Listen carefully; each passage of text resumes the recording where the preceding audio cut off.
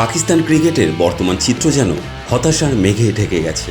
সাম্প্রতিক সময়ে টেস্টে হোয়াইট ওয়াশ, ব্যাটিং লাইন আপের পতন আর বাবর আজমের অফ ফর্ম সবকিছু মিলিয়ে সমালোচনার ঝড় বয়ে যাচ্ছে।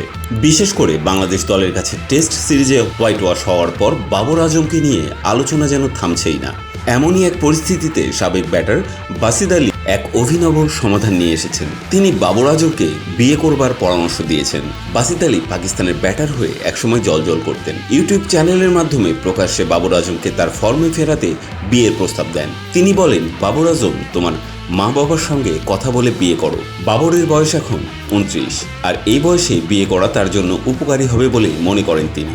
বাসিদ আরও বলেন, আমি জানি যখন একজন খেলোয়াড় ঠিকঠাক পারফর্ম করতে পারে না তখন তার মানসিক অবস্থা কেমন হয়। বিয়ে তাকে স্থিতিশীলতা এনে দেবে এবং তার পারফরমেন্সেও ফিরবে সেরা ফর্ম। বাবরের সাম্প্রতিক পরিসংখ্যান খুবই হতাশাজনক। অস্ট্রেলিয়ার মাটিতে শান মাসুদের নেতৃত্বে 3-0-তে হোয়াইট ওয়াশ হওয়ার পর পাকিস্তান দল বাবরের কাছ থেকে কিছুই পায়নি। সিরিজে বাবর মাত্র 126 রান করতে পেরেছেন, আর বাংলাদেশ সিরিজে তার ব্যাটে এসেছে মাত্র 64 রান। এমন ফর্মের কারণেই ভক্তদের হতাশা আর সমালোচনা তাকে ছাড়ছেই না।